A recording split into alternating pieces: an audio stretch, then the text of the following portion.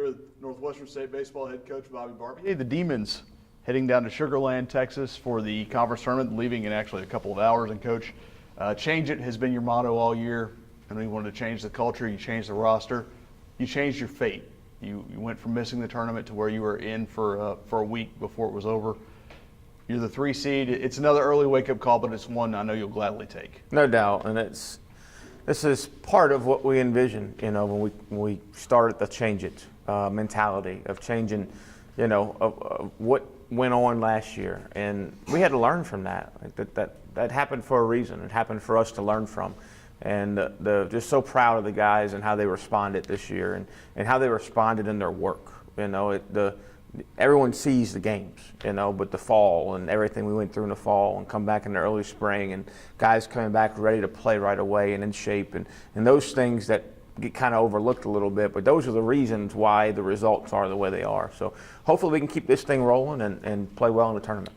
It may as well be the Pelican State Invitational on your side of the bracket. You use the 3 seed, Southeastern is the 2, Nichols as the 7, and then McNeese as the 6. In a lot of ways, it's kind of similar to the way the last time the Demons made the tournament started. You face McNeese in the first round at 9 a.m. It's a 3-6 game, and you'll face a pitcher that you talked about changing. You're going to have to change your approach against Grant Anderson from what happened the first time. No doubt. He's pitched great against us. Over the last few years, we've faced him. He's a really talented arm. And, hopefully because we have seen him, he's a different type pitcher, kind of a lower slot guy.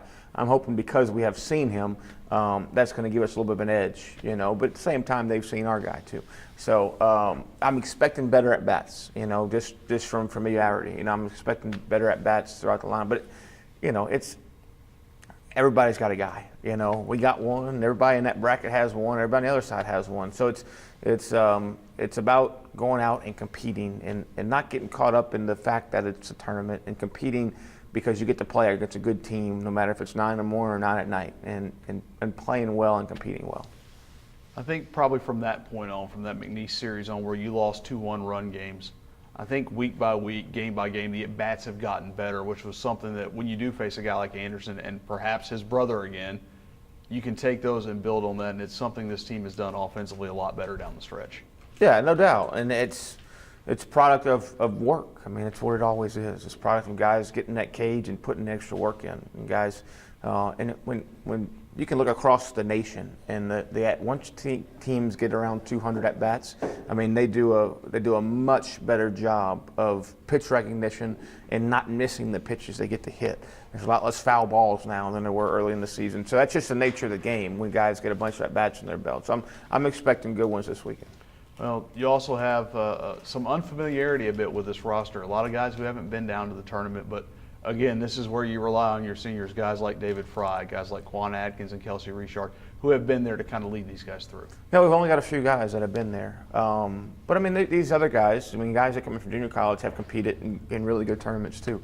We've got a couple guys that played in Grand Junction, at Junior College World Series, guys that compete in their region and super regional tournaments in junior college, and guys that from high school baseball that got to play in a state tournament. So it's tournament baseball's fun. That's why you play ball. You like playing tournaments. That's the fad now across the country is travel tournament baseball. So guys really enjoy that style when 8 teams come to a hotel and one comes out as a winner. So I don't think we'll have any problem with new guys not being used to the tournament. I just think they need to understand the focus that it's going to take for an early morning game, the looseness that we need to play with, that we've been playing with for the most part of the year, and what happens when a little bit of adversity hits. It might be early in the first game. It might be late in the third game. Whenever it is, but how we're going to overcome it and just keep pushing forward. Well, the regular season has ended, and as such, it's award season in the Southland Conference, and the Demons 3 individual awards from the Southland Conference. David Fry is the Player of the Year, Jerry Maddox the Newcomer of the Year, yourself the Clay Gould Coach of the Year. I know those are wonderful things. I know you're proud for the guys.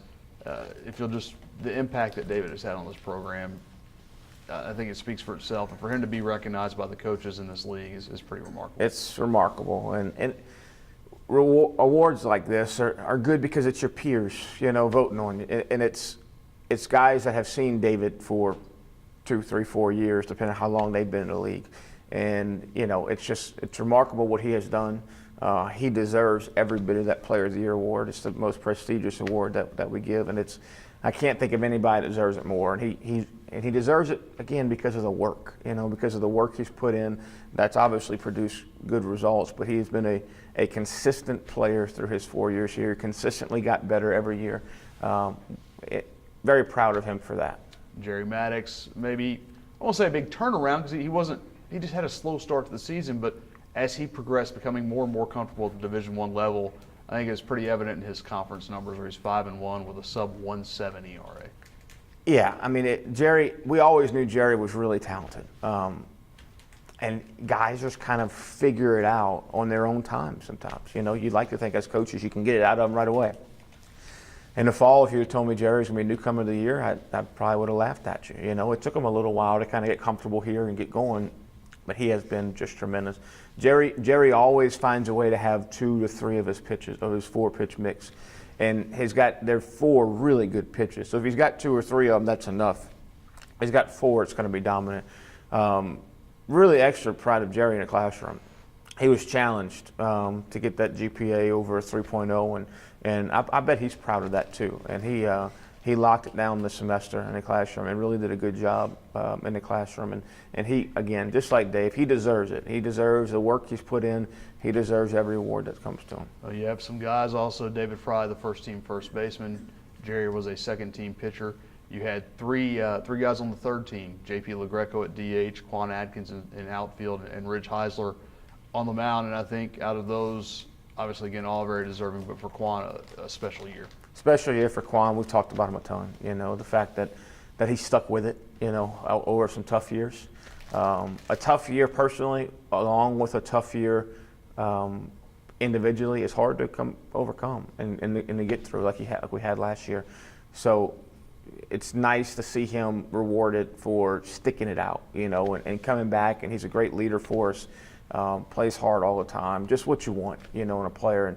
And so happy that he was able to get that third-team award. And then Ridge Heisler, third-team pitcher, and the pitcher on the all-defensive team.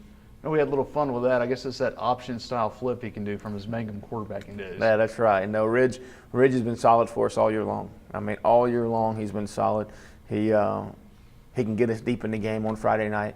You know, that's to be a Friday night pitcher is a tough thing to do. I mean, we haven't seen their lineup yet, at least not in person. No, we've seen some on video. So, you know, Saturday, Sunday pitchers can watch their guys and can make some adjustments. But Friday night, you got to go out there and get them first time through. And he's been great all year long, and it's going to be a pleasure having all of them back, which would be really nice, you know. But hopefully Ridge knows he's got a little more unfinished business to go here in the tournament. And then obviously as the coach of the year, I know you mentioned it with David, your peers. That's got to mean a lot because it's not just the SIDs, it's the coaches, it's the guys you personally are going against time and again that voted on this award.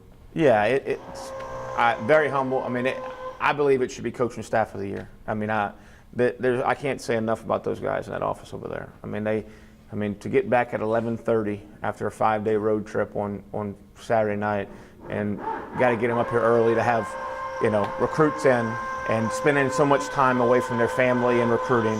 So very, very, very thankful for those guys, and that reward is a reflection of their work more than anything, and obviously what the players have done. All right, thanks, Coach. Thank you. Hopefully.